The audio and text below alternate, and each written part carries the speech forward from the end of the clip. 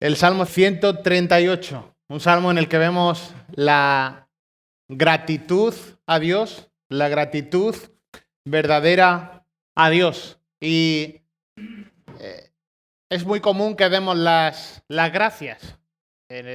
Muchas veces a lo largo del día decimos gracias y es una costumbre buena dar las gracias. Incluso a los niños es de las primeras palabras que le enseñamos a decir, ¿verdad? Hay que ser agradecido, tienes que decir gracias. Ahora, todos sabemos también que hay diferentes tipos de gracias. No es lo mismo cuando damos las gracias porque alguien te sujeta la puerta al pasar, que cuando alguien te invita a un café, que cuando alguien te invita a una gran mariscada, o que cuando alguien salva la vida, te da la vida por ti, o te salva la vida un cirujano en situación de extrema necesidad. Bueno, David en este salmo, en el Salmo 138, está demostrando una actitud de agradecimiento, de adoración, por lo que Dios había hecho y por lo que iba a hacer en el futuro. Y eso vamos a ver cómo le trae confianza a David. Cómo le trae confianza a David. Vamos a leer el Salmo 138, estos 8 versículos. Dice así la palabra del Señor. Con todo mi corazón te daré gracias.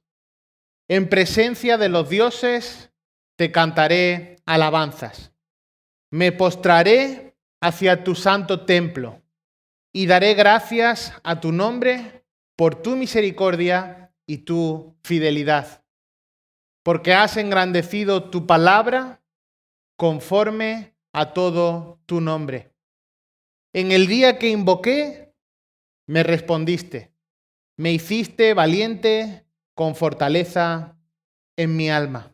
Versículo 4. Todos los reyes de la tierra te alabarán, Señor, cuando hayan oído los dichos de tu boca.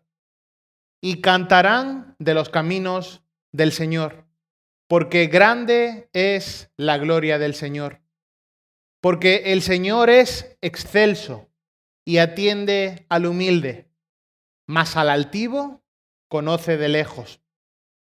Versículo 7. Aunque yo ande en medio de la angustia, tú me vivificarás. Extenderás tu mano contra la ira de mis enemigos, y tu diestra me salvará. El Señor cumplirá su propósito en mí. Eterna, oh Señor, es tu misericordia. No abandones las obras de tus manos. Este es el Salmo 138 y es el Salmo en el que David está demostrando una actitud de agradecimiento, de adoración por lo que Dios había hecho y por lo que iba a hacer en el futuro. Y eso le trae confianza. Este salmo, el Salmo 138, es el primero de los salmos de un grupo de 8 salmos, desde el 138 hasta el 146, que son salmos de David, los últimos salmos que aparecen en el Salterio. Y estos 8 salmos finales parece que son como una respuesta al pacto davídico. Ese pacto que aparece ahí en 2 de Samuel, en el capítulo 7, y que verlo en profundidad nos llevaría mucho tiempo, pero es un pacto en el que básicamente Dios le promete a David un reino que iba a durar para siempre, por medio del reinado de uno de sus descendientes, que también iba a vivir para siempre, y que ese reino no tendría fin, y que iba a ser un reino de equidad, de seguridad y eterno. Ahora, ¿de quién hablaba o hacia quién apuntaba este pacto? A Cristo, a Jesús. Claro, cuando David recibe esto, las primeras reacciones es construir un templo para el Señor, pero Dios le dijo, no me vas a construir un templo, lo va a hacer tu hijo, yo te voy a edificar una casa. Imagínate David después de recibir la bendición del Señor, ¿cómo estaría? Y en ese estado, después de esto, es que este salmo parece ser una respuesta a esto. Además es una respuesta al continuo cuidado y a las continuas bendiciones de Dios. Y por supuesto que es un salmo que tiene aplicación para nuestra vida, porque el mismo Dios de David es el mismo Dios hoy, y aún su cuidado es constante, y aún recibimos sus bendiciones. Y vamos a ver cómo en los 3 primeros versículos David adora a Dios, y además nos dice por qué adora a Dios. Luego veremos cuál es el deseo de David, que dicho en pocas palabras, es que todos los reyes adoren a ese gran Dios y único Dios del universo. Y por último, en los últimos versículos 7 y 8, vamos a ver cómo David confía en Dios. Recuerda que este salmo está mostrando el agradecimiento, la adoración por lo que Dios había hecho, por lo que Dios iba a hacer, y esto trae confianza. Bueno, vamos con los primeros 3 versículos. La adoración de David, versículos 1 al 3, la adoración de David. Fíjate cómo empieza este salmo. Con todo mi corazón te daré gracias. Y probablemente la traducción del hebreo más directa o más correcta sería: te doy gracias con todo mi corazón. Te doy gracias con todo mi corazón. Y esa palabra que aparece ahí, gracias, implica o tiene implícito un acto de adoración. Está confesando agradecimiento al Señor. Es un gracias que va más allá del mero gracias de cuando alguien te invita a un café, o cuando alguien te sujeta la puerta. Está dando las gracias desde todo su ser. Es decir, todo su ser, todo lo que hay en él, todos sus sentimientos, todo lo que va a expresar, nace de la gratitud que le tiene al Señor. Y así empieza este salmo. Con todo mi corazón te daré gracias. Te doy gracias con todo mi corazón. Todo mi ser está en gratitud. Y sigue ahí el versículo 1 y dice: en presencia de los dioses te cantaré alabanzas. En presencia de los dioses, y esa palabra dioses evidentemente ahí aparece en minúscula, está hablando de falsos ídolos, muy comunes en aquella época, pero también muy comunes hoy en día. ¿Por qué decía esto aquí David? Bueno, porque la tierra estaba llena de ídolos, la tierra estaba llena de idolatría.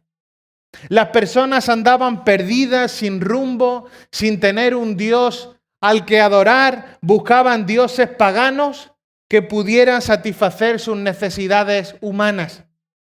Y en medio de eso dice: en presencia de los dioses te cantaré alabanzas. Lo que está diciendo ahí David, que está dando gracias, que está alabando al Señor, reconociendo la supremacía de Dios sobre cualquier paganismo. Dios es supremo, está por encima de cualquier Dios humano. Ahora fíjate cómo adoraba David, versículo 2. Me postraré hacia tu santo templo. Ya el inicio, ya el versículo 1 está diciendo que todo su ser está lleno de gratitud. Pero sigue aquí y aparece ahí la palabra me postraré. Esto da la idea de estar arrodillado, y sin duda cuando alguien se arrodilla, y esto también es entendible en nuestro contexto, es un signo de reverencia. Y dice que mostraré reverencia hacia tu santo templo.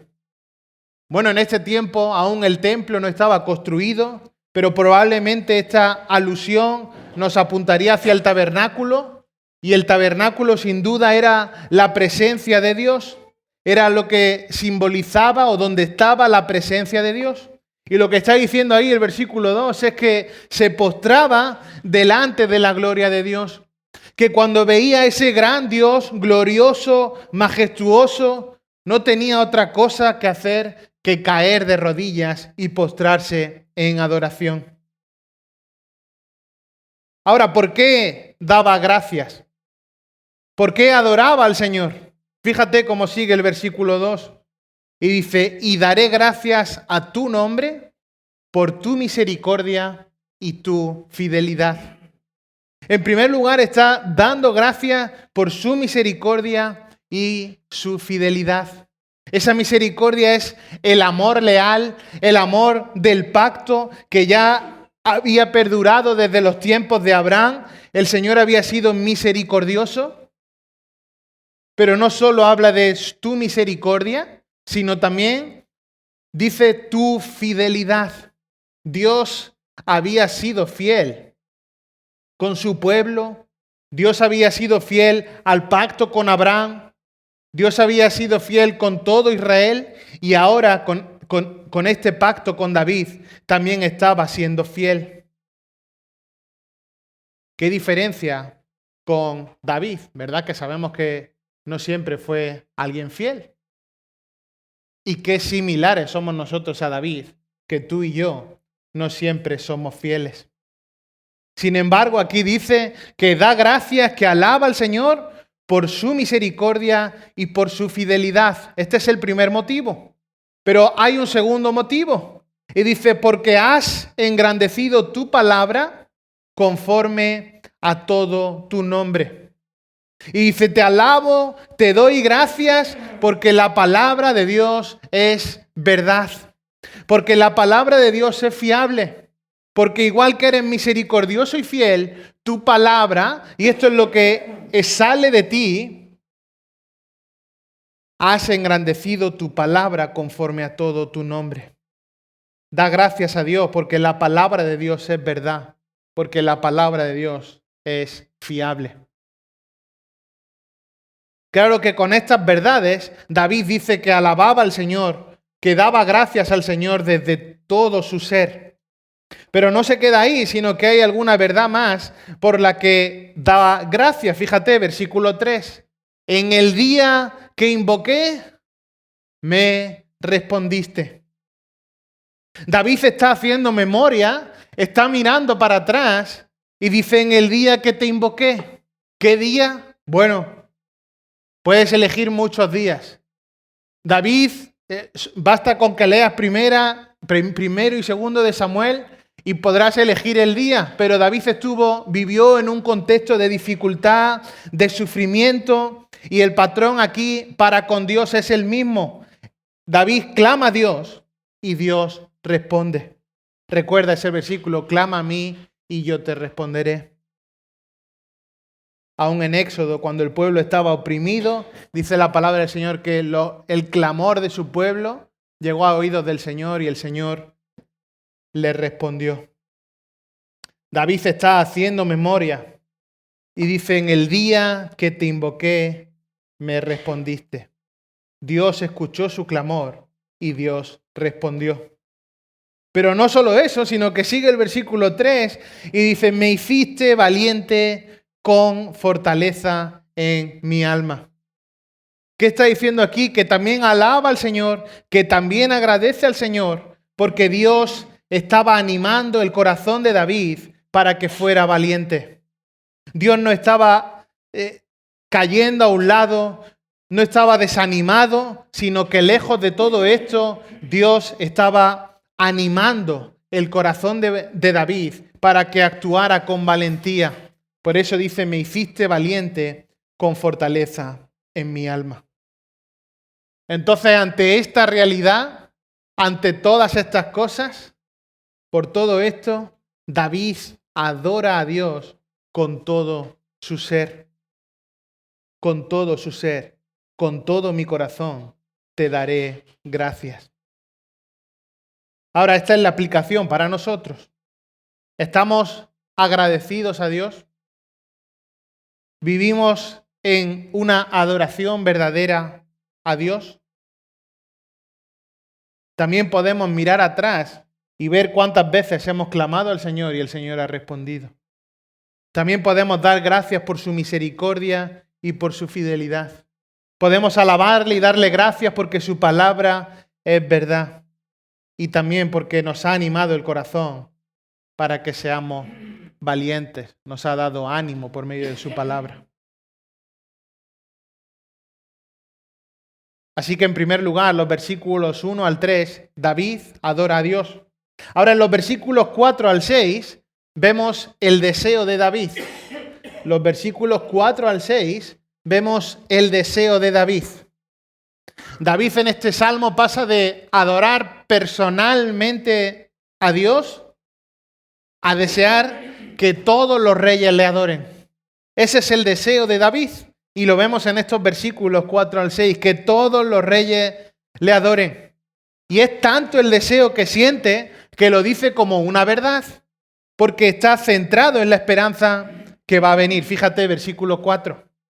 Todos los reyes de la tierra te alabarán cuando hayan oído los dichos de tu boca y cantarán de los caminos del Señor, porque grande es la gloria del Señor, porque el Señor es excelso y atiende al humilde, mas al altivo conoce de lejos. Él dice que estos reyes de la tierra, que todos los reyes de la tierra, no está dejando a ninguno fuera, que todos ellos, una vez que escuchen los dichos, no van a tener otra alternativa que adorar a Dios.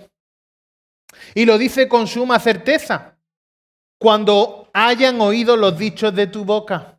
Esos dichos de tu boca no es otra cosa que la palabra de Dios. Y dice que cuando hayan oído la palabra de Dios, no van a tener otra alternativa que adorar a Dios. Claro, esto podemos pensar, bueno, pero si todos los reyes eran paganos, como ahora, si todos los reyes tienen una mentalidad humana, no buscan agradar a Dios, no ponen a Dios por encima de todo, ¿cómo puede ser esto? Bueno, porque David estaba seguro de que llegaría el día en que toda nación, gente de toda lengua y nación, adorará a Dios. Y David tenía esta certeza clara. Estaba seguro de que ese día llegaría en que toda nación y todo rey de toda nación adorará a Dios. Y no solo eso, sino que fíjate, de acuerdo al versículo 5, estos reyes alabarán, cantarán al Señor, fíjate, y cantarán de los caminos del Señor. ¿Por qué? ¿Qué les hará esto? Fíjate, versículo 5, porque grande es la gloria del Señor. La gloria del Señor no tiene ningún límite. Es sobre todo. A diferencia de un reino humano, a diferencia de un rey humano, que sí puede ser muy poderoso, pero está limitado en un área geográfica, esto no aplica para nuestro Dios. Fíjate, versículo 6, porque el Señor es excelso. Es excelso. En contraste con todos los reyes de la tierra, podemos afirmar que el Señor es excelso. Grande es la gloria del Señor.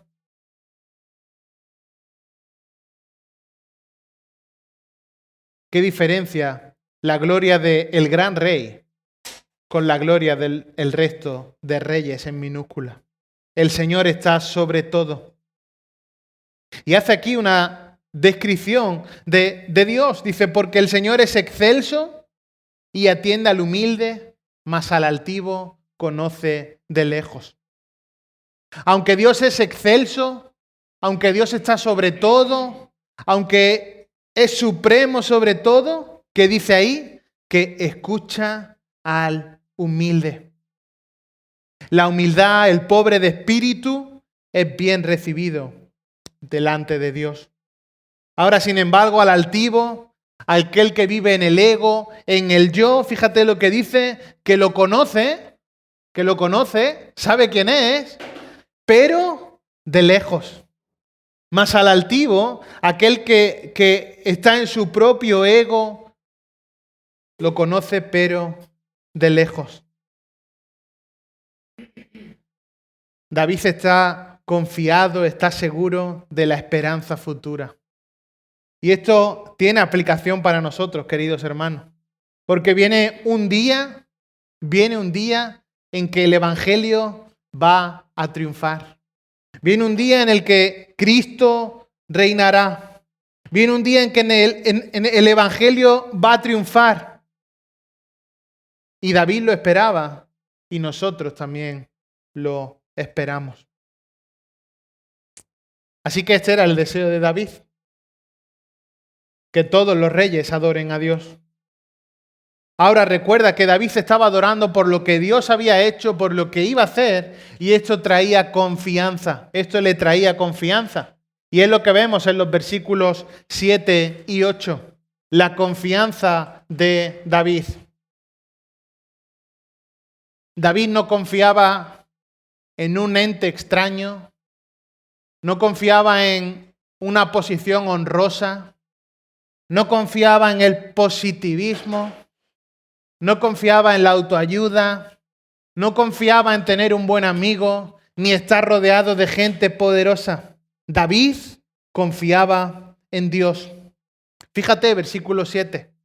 Aunque yo ande en medio de la angustia, tú me vivificarás. Extenderás tu mano contra la ira de mis enemigos y tu diestra me salvará. El Señor cumplirá su propósito en mí. Eterna, oh Señor, es tu misericordia. No abandones las obras de tus manos. Aunque yo ande en medio de la angustia, y esto era una verdad aplicada en su vida, era una realidad aplicada en su vida, y cuando pensamos en ese, aunque yo ande en medio de la angustia, automáticamente puede venir a nuestra mente el Salmo 23, ¿verdad? Aunque ande ahí, ¿verdad? Pues fíjate, versículo 7, tú me vivificarás. Y esa idea de vivificar nos da la idea de reconfortar el alma. Reconfortar el alma. Aunque yo esté en medio de todo eso, el Señor va a reconfortar mi alma. Claro que esto traía confianza a David. Ahora, ¿cómo el Señor iba a reconfortar su alma? Fíjate, versículo 7. Extenderás tu mano contra la ira de mis enemigos y tu diestra me salvará. No dice me darás el mejor ejército, no dice me rodearás de los mejores hombres, sino que dice tú me vas a proteger. Dios iba a proteger a David directa y personalmente. Y esto claro que le daba confianza a David. David sabía que el Señor era el único que le podía proteger. Él tenía la certeza de que no había mayor protección que la del gran Dios.